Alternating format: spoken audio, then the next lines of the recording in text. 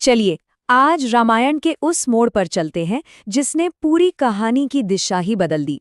एक ऐसी घटना जिसके बिना रामायण शायद वो होती ही नहीं जो हम आज जानते हैं, यानी सीता का अपहरण। तो बात सिर्फ एक अपहरण की नहीं है। बात यह है कि कैसे, सोचिए, सम्मान पर लगी एक चोट, एक मामूली सा दिखने वाला अपमान, एक इतने बड़े विनाशक युद्ध की जड़ बन गया। कहानी की शुरुआत होती है पंचवटी के घने जंगलों से। सोचकर देखिए, राम, सीता और लक्ष्मण वनवास में हैं, लेकिन एक शांत, बहुत ही सरल जिंदगी जी रहे हैं। चारों तरफ प्रकृति, सुकून, सब कुछ ठीक था। लेकिन कहते हैं ना, तूफान से पहले अक्सर गहरी शांति होती है। जंगल का ये जो सुकून था, ये ज्यादा दिन टिकने वाला नहीं था। किस्मत में कुछ और ही लिखा था, कुछ ऐसा जो इस शांति को हमेशा हमेशा के लिए खत्म कर देने वाला था। और उस आने वाले तूफान की पहली आहट थी एक मुलाकात। जी हाँ, एक ऐसी मुलाकात जिसने बदले की आग को भड़का दिया, और कहानी में एक ऐसे किरदार की एंट्री हुई जो अपने साथ सिर्फ और सिर्फ तबाही लेकर आई। तो हुआ ये कि रावण की बहन शूर्पणखा वहां आई और उसने राम और लक्ष्मण से बात करने की कोशिश की, लेकिन बात नहीं बनी और गुस्से में आकर लक्ष्मण ने उसकी नाक काट दी। अब देखिए, ये सिर्फ एक जख्म नहीं था, ये था एक बहुत बहुत गहरा अपमान। और बस इसी अपमान की आग में जलती हुई शूर्पणखा पहुंची सीधे अपने भाई के पास। दिल में सिर्फ एक ही चीज थी, बदला। और उसका भाई वो कोई मामूली इंसान नहीं था, वो था लंका का महाशक्तिशाली राक्षस राजा रावण। जैसे ही उसने अपनी बहन के आंसू और अपमान की कहानी सुनी, मामला पर्सनल नहीं रहा। अब ये लंका के राजा की इज्जत का सवाल बन गया था।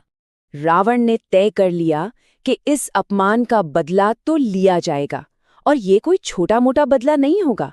ये होगा राक्षस राज का प्रतिशोध, एक ऐसा बदला जिसे दुनिया हमेशा याद रखेगी। पर रावण ने सीधी लड़ाई नहीं की। नहीं, उसने चुना धोखे का रास्ता, छल का रास्ता। एक बहुत ही चालाक योजना बनाई गई। मकसद सीधा सा था, राम और लक्ष्मण को सीता से अलग करना। और इस पूरी साजिश का सबसे बड़ा मोहरा था एक चमकता हुआ सुनहरा हिरण। देखिए, वो असल में कोई हिरण था ही नहीं, वो तो मारीच था, एक राक्षस जो कोई भी रूप ले सकता था। रावण के कहने पर वो एक जादुई सोने का हिरण बन गया, इतना खूबसूरत, इतना आकर्षक कि कोई भी उसे देखकर मोहित हो जाए। ये एक ऐसा जाल था, एक ऐसा चारा था जिसे देखकर रुक पाना लगभग नामुमकिन था। और रावण का बिछाया जाल बिल्कुल वैसे ही काम करने लगा जैसा उसने सोचा था। सबसे पहले राम उस खूबसूरत हिरण के पीछे पीछे जंगल में बहुत दूर निकल गए। फिर मारीच ने राम की आवाज निकालकर जोर से चीख मारी। वो चीख सुनकर लक्ष्मण भी भाई की मदद के लिए दौड़ पड़े। और बस ठीक उसी पल सीता कुटिया में अकेली रह गई, बिल्कुल अकेली और बिल्कुल असुरक्षित। रावण की चाल कामयाब हो चुकी थी। और वही पल, सीता के अकेलेपन का वो एक पल, इतिहास का सबसे बड़ा मोड़ बन गया। रावण की साजिश अब अपने आखिरी पड़ाव पर थी और एक पूरे साम्राज्य की किस्मत लिखी जाने वाली थी। अब जरा सोचिए इस सिचुएशन के बारे में। एक तरफ है अकेली निहत्ती सीता जो एक धोखे का शिकार हुई हैं, और दूसरी तरफ लंका का महाशक्तिशाली चालाक राक्षस राजा रावण। ताकत का पलड़ा पूरी तरह से एक ही तरफ झुका हुआ था। और फिर वही हुआ, रावण ने सीता का अपहरण कर लिया। अपहरण, बस एक शब्द, लेकिन इस एक शब्द में उस पल का सारा दर्द, सारा अन्याय और आने वाली तबाही की पूरी कहानी छुपी हुई है। तो इस एक घटना के बाद क्या हुआ? सब कुछ बदल गया।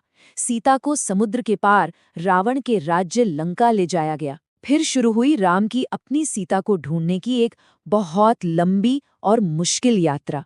और यहीं से उस महान युद्ध की जमीन तैयार हो गई जो अब होकर ही रहना था।